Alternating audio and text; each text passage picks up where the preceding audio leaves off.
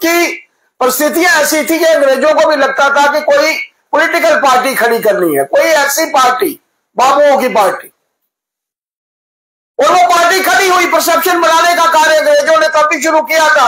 आज पूरे विश्व भर में वो परसेप्शन बनाते हैं। तो वही परसेप्शन कांग्रेस के लोगों ने भी महाराजा धीराज के बारे में बनाई कि 15 अगस्त 1947 को आजाद भारत होता है, तो 26 अक्टूबर इतने समय के अंतराल के बाद जम्मू कश्मीर का भारत के साथ विलय क्यों होता है? बहुत सी ऐसी परिस्थितियां हैं, उस एडिटोरियल में भी आपको मिलेंगी। कभी इतिहास पढ़िए, आप लोगों के ध्यान में आएगा कि हम लोग ये जो पठानकोट जाते हैं, पंजाब जाते हैं, कभी हम लोग इसके मार्ग से जुड़े ही हुए नहीं थे। हम लोग पूरे भारतवर्ष के साथ जुड़े हुए थे, तो आरएसपुरा के माध्यम से, डॉक्टर साहब की कॉन्स्टिट्यूएंसी के माध्यम से जुड़े हुए थे। तो उसके बाद सीधा सियालकोट आता था और उसके बाद लाहौर आता।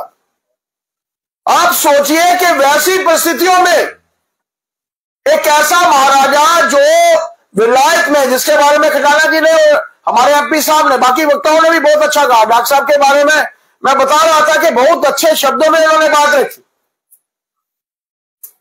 लेकिन परिस्थितियां ऐसी थी हमारे उस वक्त कि महाराजा धीराज बाहर से पढ़ने के बाद महाराजा की तरह एक्ट करना होता है। महाराजा धीराज का क्या काम है? कोई किसी प्रदेश का या किसी जगह का कोई महाराजा है तो वो एक्ट करते हैं एज ए महाराजा।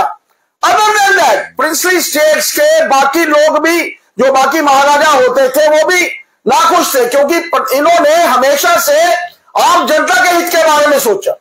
इनको हक मिले। प्रजा परिषद तो बाद में बनी, लेकिन प्रजा सभा का जो नींव जो थी उनके माध्यम से रखी गई। आप समझ सकते हैं कि जो वातावरण उन्होंने क्रिएट किया, आज बेटी बचाओ बेटी पढ़ाओ की हम लोग बात करते हैं, तो उन्होंने उस वक्त उनके ध्यान में था कि मेरी बेटी अगर पैदा होती है, उसको संभाल कर रखना है, तो कम से कम प्राइमरी एजुकेशन उसको मिलनी चाहिए। 7 साल 8 साल 9 साल की बच्चे की शादी, उन शादियों को रोकने का प्रयत्न उनके माध्यम से हुआ। किसानों को उनका हक मिले, किसान सम्मान निधि के तौर पर आज प्रधानमंत्री जी लगातार से कार्य कर रहे हैं, किसान को उसका हक मिले, उसके लिए उन्होंने लड़ाई जो थी अपनी जारी रखी, और वो करते थे। महाराजा थे, अपने आप में इख्तियार में था, करते थे। होने वाले लाश हमारे ऊपर एप्लीकेबल नहीं होते। बदले की राजनीति यहां तक काम कर सकती है कि 35A हमारे ऊपर जो है वो थोपा जा सकता है, और वो जिसके बारे में, पीओजेके के बारे में, एरियाज के बारे में, ये बदले की राजनीति थी। यूएन में जाने की उस वक्त कोई जरूरत नहीं, लेकिन उस वक्त तत्कालीन प्रधानमंत्री ने, उन्हें लगा कि शायद हमारे सैनिक आ रहे हैं। उनके ध्यान में नहीं था कि सीमा पर प्रहरी बनकर रक्षा करने वाले वो सैनिक जो अपनी जान दे सकते हैं इस देश के लिए, वो कभी हारेंगे नहीं।